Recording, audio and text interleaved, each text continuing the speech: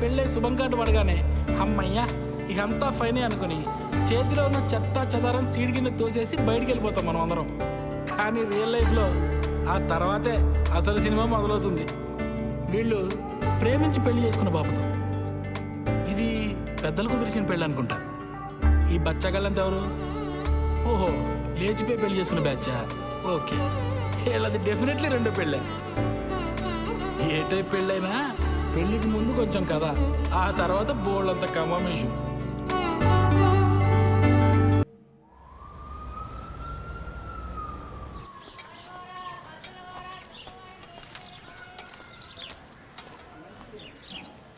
Sir సత్య sir, నేను sky dish నుంచి వస్తున్నాను. డిష్ ఇన్స్టాలేషన్ కోసం సత్య గారు రిక్వెస్ట్ పెట్టారు. కూర్చోండి. ఎవర్రా? డిష్ టీవీ వాడు సత్య గారు కావాలంట. మా చిన్నోడు మరీ బాధ్యత లేకుండా తయారయ్యాడయ్యా. రిక్వెస్ట్ పెట్టగానే వచ్చేసాడు అన్న. అలా సాగుతుందాడికి. మా ఫ్యామిలీ కష్టాలు మీకు తెలీదు.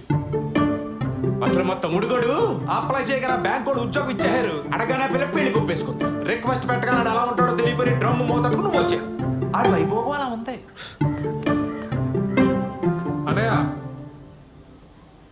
సత్య స్కై డిషా? అవును sir. Please come with me. అనయ్య, స్టవ్ పైన సాంబార్ ఉంది, తిప్పుతూ ఉండు కొంచెం. పదండి.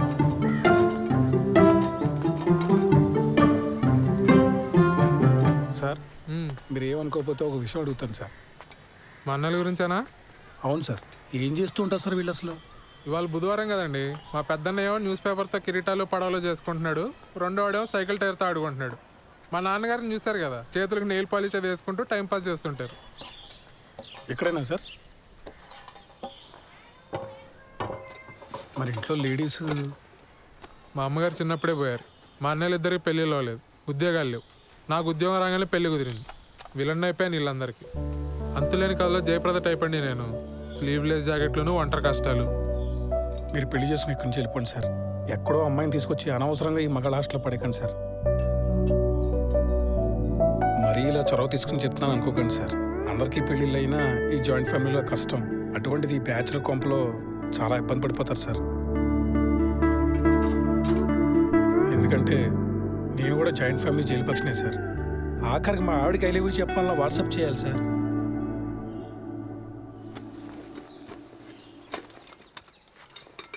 నేను ఎంతకన్నా చెప్తే బాగోదు సార్. మీ పేరేంటి బ్రదర్? సాయిబాబు అండి. నేను కూడా జయప్రదనే, కాకపోతే సిరిసిరి మొగలో జయప్రదలాగా మోగుగా రోధిస్తూ ఉంటా.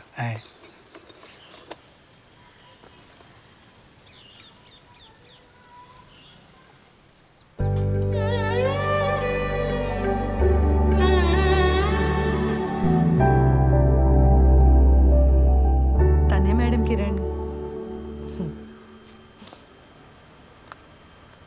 మేము పెళ్లి చేసుకోవాలనుకుంటున్నాం మేడం. ఏం చేస్తుంటారు శ్రవంతి ఆ క్యాండిడేట్? రోజు టిక్టాక్ వీడియోస్ చేస్తుంటాడు మేడం. చాలా టాలెంటెడ్. 4 lakh ఫాలోవర్స్ ఉన్నారు. పని లేనప్పుడు ఏం చేస్తుంటాడని కాదు శ్రవంతి, పని ఏం చేస్తుంటాడు అని. Real estate madam. ఇప్పుడు అపార్ట్మెంట్ బయట టూలెట్ బోర్డ్స్ ఉంటాయి కదా మేడం, కిరణ్ తన ఫ్రెండ్స్ వెళ్ళి ఆ బోర్డులు పీకేస్తారు. అంటే ఇల్లు వెతికే వాళ్ళకి తెలియదు కదా మేడం. చచ్చినట్టు హాఫ్ మంత్ రెంట్ ఇవ్వాలి వాళ్ళు. Forest fellows. ఏది ఇంకోసారి చూపెట్టు అబ్బాయిని.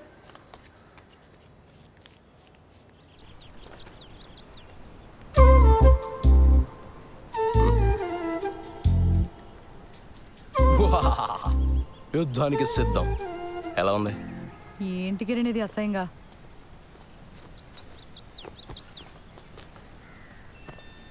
మా ఫ్రెండ్స్ ఏదో సరదాగా ఇది మన ఫస్ట్ నైట్ రోజు ఇంటి బయట పెడదామని ప్లాన్ చేశారు. నేను నువ్వు చెప్పేశా.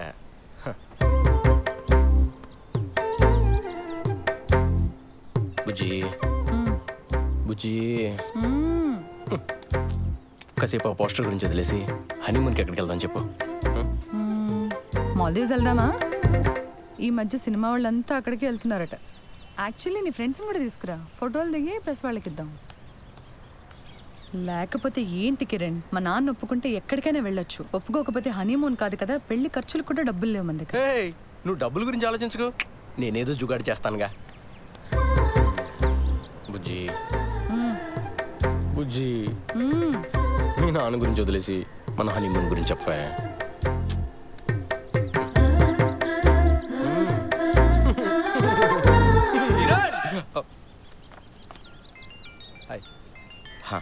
నువ్వు వెళ్ళు, నేను పార్లర్కి వచ్చి కలుస్తా. బాయ్ శ్రావంతి. ఆ డస్ట్బిన్లో పడే. కరెక్ట్ టైంకి వస్తారో బాబు. వస్తున్నా మేడం.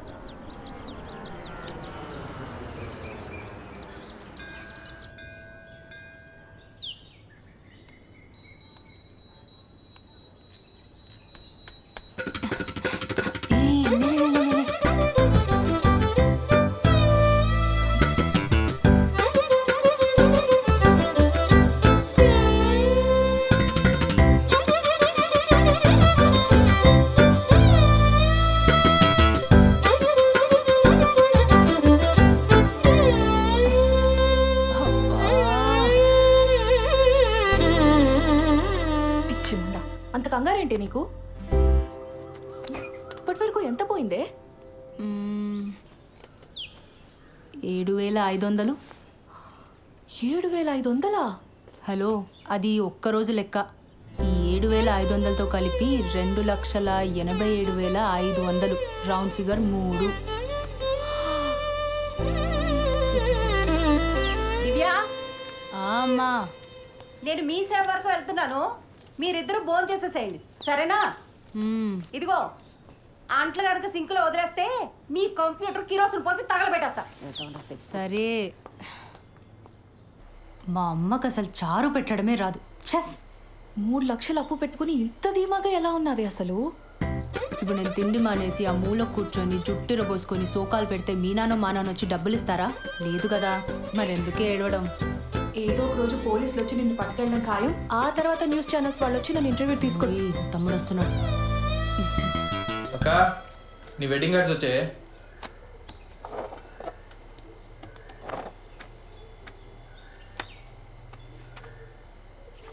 ఈ డిజైన్ ఏంట్రా ఇంత చీప్గా ఉంది? నాన్న అసలు కార్డ్సే వద్దన్నాడే. నేనే బలవంతాన్ని పాతిక కొట్టించాను. ఏదో ఒక డిజైన్లే. అవును, బావగారు ఎప్పుడు వస్తున్నారే? ఏమో కానీ చారు చాలా బాగుంది. మొత్తం తినే. సింక్లో అంట్లున్నాయి. అమ్మ నిన్ను మొత్తం 9 మంది తోమేశాడు. అసలు నీ గురించి పూర్తిగా తెలిసే పెళ్లి చేసుకుంటున్నాడంటే బావా?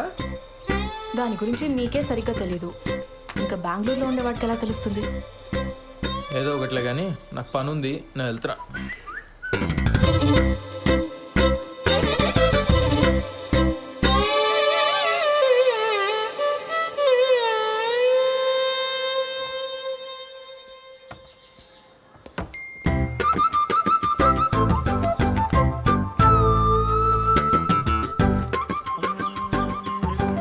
బాలు బాలు బాలు పిలుస్తే అట్నే వస్తుంది. ఆఫీస్లో హాఫ్ డేనా? జయనగర్లో చిన్న పనుండి వచ్చాను సార్. మా పెళ్లి కార్డు వచ్చింది. పెళ్లి కాడా? అప్పుడే పెళ్లి దాకా వచ్చిందా? కార్డు కూడా ప్రింట్ అయింది. మీ పేరెంట్స్ ఉంటే బాగుండేదే. కాఫీ తాగుతారా?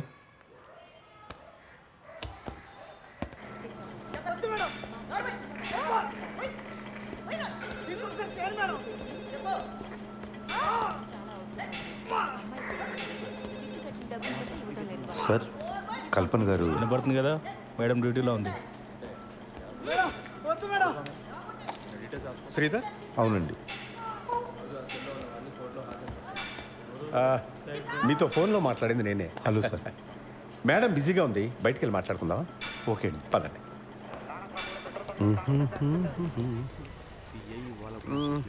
లోపల సీన్ చూసి కంగారు పడ్డావా? ప్రొఫెషన్లో కొన్ని తప్పవు కదా, మా ఉద్యోగం అలాంటిది. Of course. కల్పన భర్త చనిపోయి 12 ఏళ్ళు దాటిపోయింది. అప్పటి నుంచి ధైర్యంగా ఒంటరిగా బాబును పెంచుకుంటూ వచ్చింది. కొన్నేళ్ళు పోతే వాడు కూడా రెక్కలొచ్చి ఎగిరిపోతాడు. నేను మా ఆవిడ తన వెల్ విషెస్. అందుకని ఈ వయసులో ఒక పార్ట్నర్ని వెతుక్కోమ్మా అని మేమే బలవంతం చేసి ఈ పెళ్లికి ఒప్పించాం.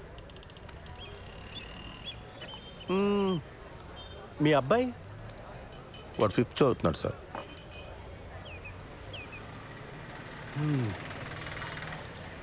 నా కొడుకు 2 ఏళ్ళు ఉన్నప్పుడే నా ఎక్స్ వైఫ్ శ్రీలంక వెళ్ళిపోయింది.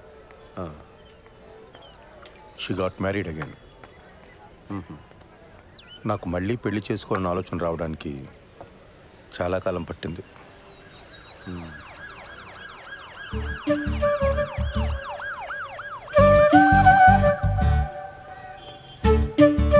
బాబాయ్ కమాన్, కూర్చోండి, మాట్లాడుతూ ఉండండి, వస్తాను. కూర్చోండి. ఇబ్బంది పడకుండా మాట్లాడుకోండి, నేను లోపల ఉంటాను.